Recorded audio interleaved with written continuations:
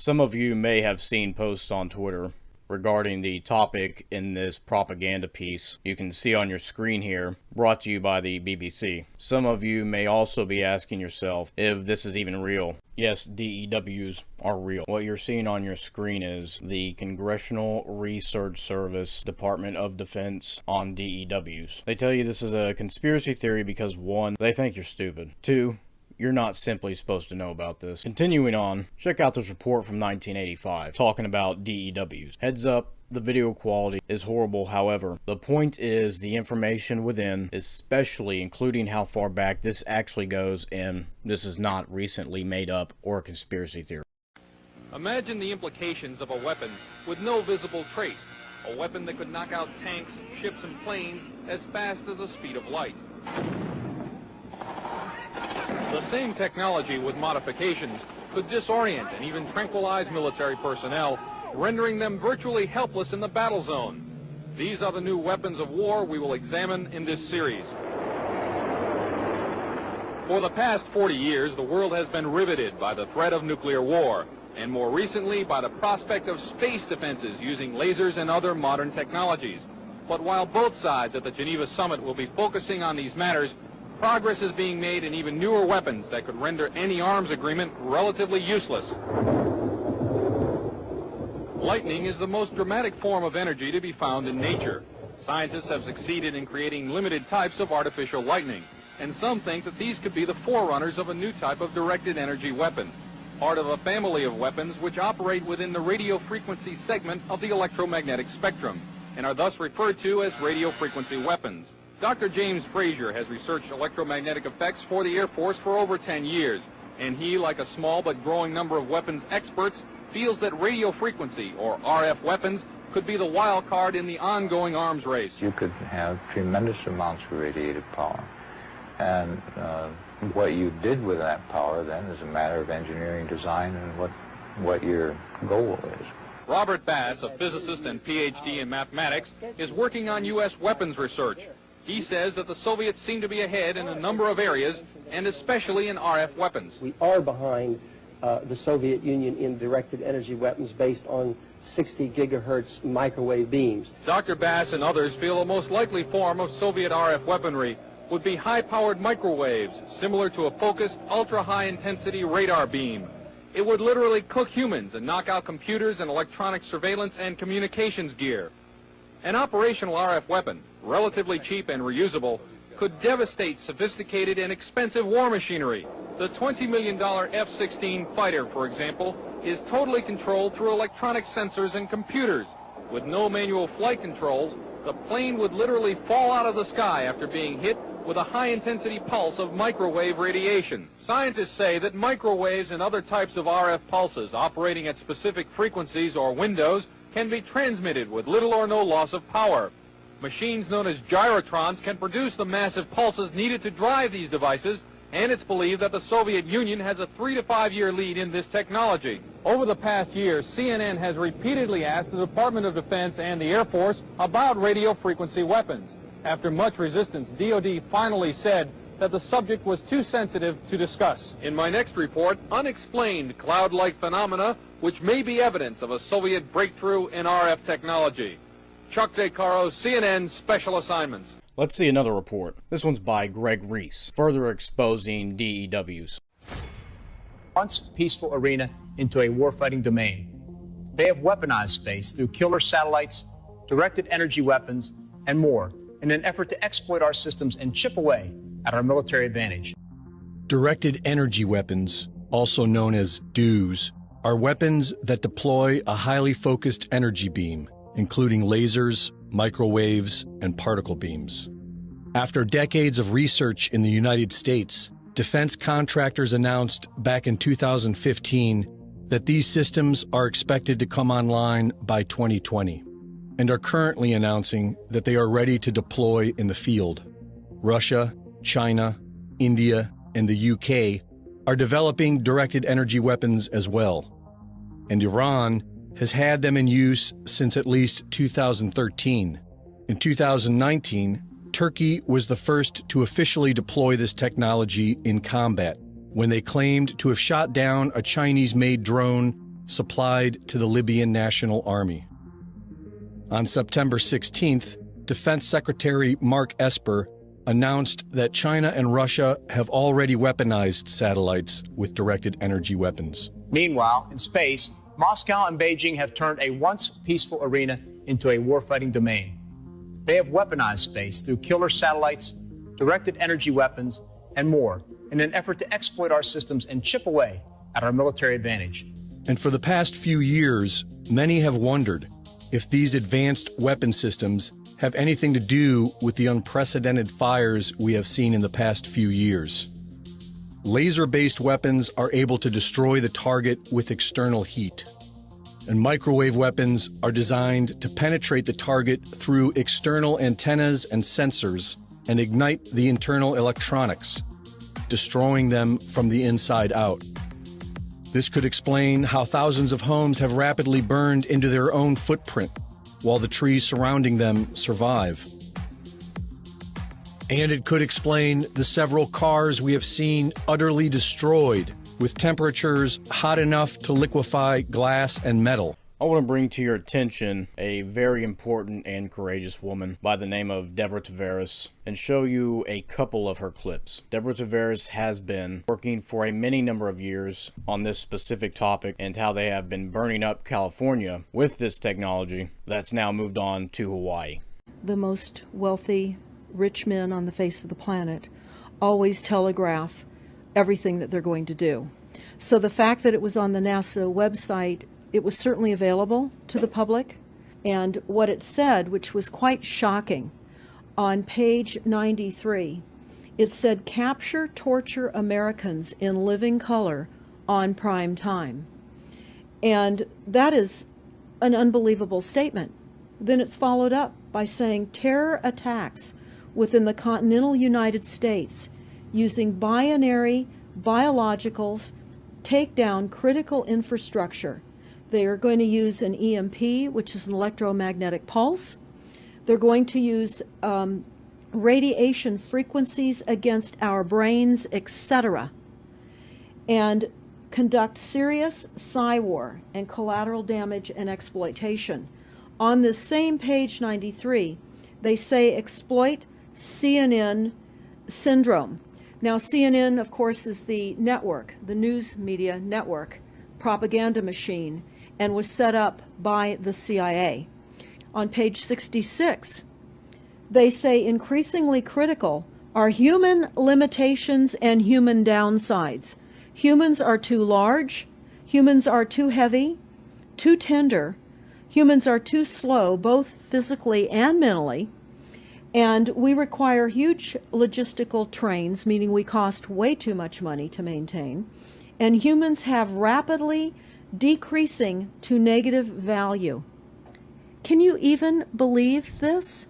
I mean, you're hearing this, and it's got to be rather shocking coming off of a NASA website, particularly when some of the agencies that are involved are the U.S. Air Force, DARPA, the CIA, the FBI, Southern Command, Atlantic Command, Australian Department of Defense, and other agencies. This is the corporation's agencies. We are USA Inc. We're no longer under a constitution as proclaimed in the Iron Mountain Report, which everyone should read. We wouldn't have a legitimate government with the war machine stating what they were going to do on the continental United States to all the people. And this is not just in the United States. This is a global planned attack and assault with technologies beyond most people's comprehension. For example, on page 45, beam weapons increasingly prevalent.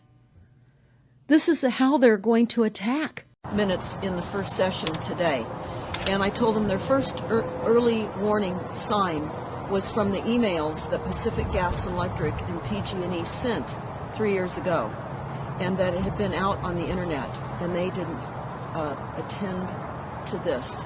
There was no attention paid to this. It was too outlandish to have PG&E and Pacific Gas and Electric talk about the use of satellite lasers on Northern California. Specifically, they said Sebastopol. which is, of course, in Northern California.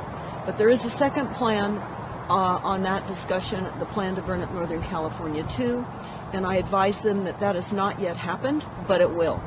So I would urge everybody to listen to the entire 2-hour presentation. It covers 2 radio shows on the Jeff Rense Radio Network, of which I was affiliated with at the time. But today's meeting is diabolical. Now that we know this is indeed real, happening and being lied about, we can now take a look at what this technology looks like when executed among the population. What? Dom, get out of there!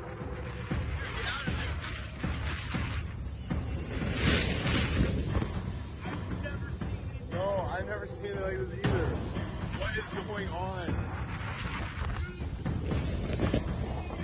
What? Can anyone truly explain how cars are incinerated in this type of way? That a natural fire can literally cremate every single thing in its supposed path. I've never seen anything like this in my life, and I'm genuinely asking a question to anyone that has any kind of knowledge or experience in firefighting or anything like these natural disasters. Is this a natural occurrence that this can possibly happen? Something that can look like an apocalypse came through, that something just literally incinerated everything in its path. Can someone please comment below? If you have experience in anything like this, have you ever seen anything like this?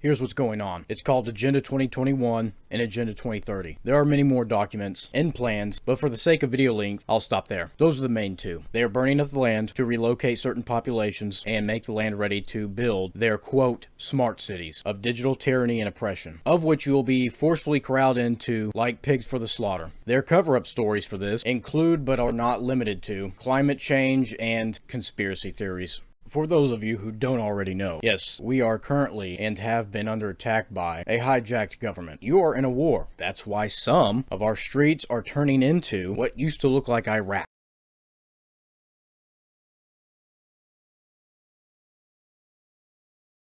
I'm already thinking about ways for the state to acquire that land so that we can put it into workforce housing, to put it back into families, or to make it open spaces in perpetuity as a memorial to people who were lost. We want this to be something that we remember after the pain passes.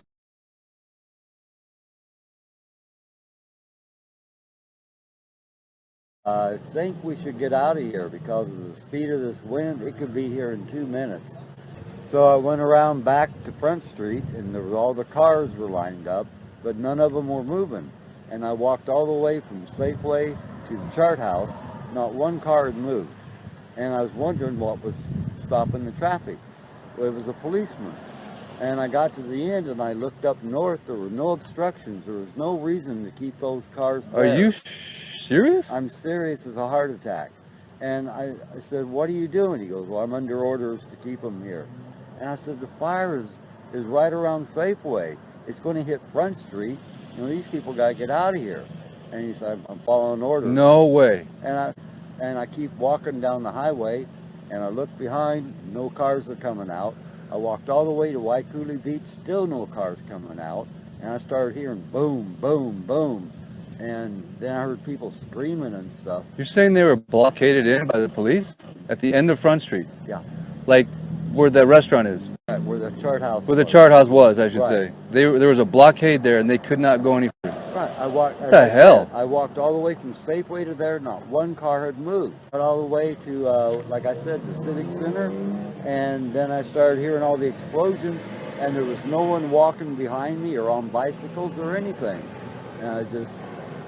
Dude, that is unbelievable. I had no idea, you know, until the next day when I walked down there of what had happened. I just, oh my.